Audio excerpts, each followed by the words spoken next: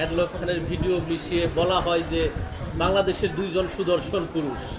তো আপনি কি মনে করেন কি না এই দুইজনের মধ্যে কোনো সুদর্শন পুরুষ কেউ আছে? আসলে আমি না মানে এই ব্যাপারে কোনো ধরনের কমেন্টস বা বলেন কোনো ধরনের কিছুতেই আমি যেতে চাচ্ছি না।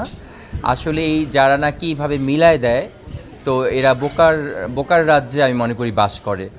সো আমি মনে করি সে তার মতো, আমি আমার মতো। আমি কোনো মানুষকে ছোট করতে চাই না, কিন্তু যখন আমার ছবিটা তার সাথে মিলায় তখন আমার এটা খুব রাগ হয়।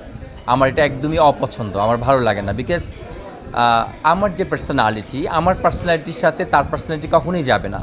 সে তার মতো, আমি আমার মতো। সো যখন মানুষ মিলিয়ে দেয় যে এর সাথে রুমি কারিম, তখন আসলে ওই জিনিসটা আমি মানে আমার কাছে খুব কি বলবো, আমি রাগান্বিত হই অনেক ভিতর থেকে। আমার ভালো লাগে না ব্যাপারটা। তো আশা করি যারা আমাদেরকে মিলিয়ে দেন অনেক সময়, আমি মনে করি তারা বিরত থাকবেন। কারণ আমি রুমি কারিম মানে রুমি কারিমই, সে তার মতো। আমি কোনো মানুষকে ছোট করছি না। প্রত্যেকটা মানুষই আল্লাহ সুবহানাহু ওয়া তাআলার কাছে দামি। আপনারা দুইজনই অনেক স্টাইলিশ, মানে কে বেশি স্মার্ট?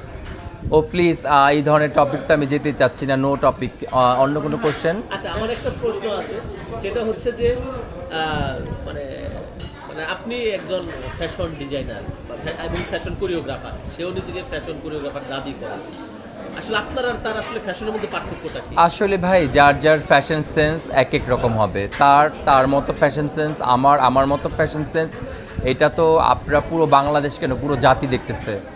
আর আমার স্কেলটা এত বেশি হাই, যদিও নিজের কথা বলতে নাই, হয়তো ভাববেন যে নিজের ঢোল নিজে পিটাচ্ছে। আমি অলরাউন্ডার, আলহামদুলিল্লাহ। আল্লাহ সুবহানাহু ওয়া তাআলা সবাইকে এরকম জিনিস দেয় না যেটা আমার মধ্যে আছে। যেরকম আমি ছোটোবেলা থেকেই ক্লাসিক্যাল নৃত্যশিল্পী, আমি বহু বছর কিন্তু নাচের টিচার ছিলাম বাফার শিশু একাডেমির, এবং বিকানুন্নেসায়ও কিন্তু রাষ্ট্রীয় প্রোগ্রাম আমি করাতাম বিকানুন্নেসায়। সো আরও আমি সোশ্যাল ওয়ার্কগুলোও করতাম, যেরকম অটিজমদের নিয়ে কাজ করতাম, যারা স্পেশাল বাচ্চা, ওদেরকে নিয়েও আমি কাজ করেছি।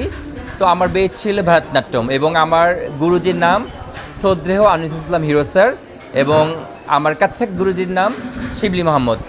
এবং আমি সাধারণ নৃত্য করেছি, সালেহা আপু আছে, বেবি আপা আছে। তো আমার ছোটোবেলা থেকে আমি শিল্পমনা। তারপর আমি ইন্টেরিয়রে ঢুকি, ইন্টেরিয়র উপর লেখাপড়া করি। এখন তো জানেন বাংলাদেশের সব জায়গায় ইন্টেরিয়র কাজ করছি ইন্টারন্যাশনালি। তারপর ফ্যাশন ডিজাইনিংয়ের উপর ঢুকি, ফ্যাশন ডিজাইনিংয়ের উপর লেখাপড়া শেষ করি। তারপরে আমি ইন্ডিয়ায় চলে যাই। ইন্ডিয়া থেকে, মহারাষ্ট্র থেকে আমি ফ্যাশন কোরিওগ্রাফি এবং প্রেজেন্ট ট্রেনিং নিয়ে আসি, যেটা বাংলাদেশে এখন আমি করছি।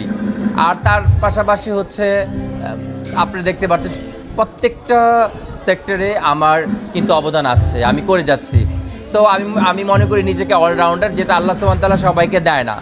আমার প্রতিটা স্কিলই ডিফারেন্ট, মানে প্রতিটা স্কিল ডেভেলপ করেছি আমি। আর আমার শেখার আগ্রহ অনেক, এর জন্য আমি সব শিখেছি। আপনি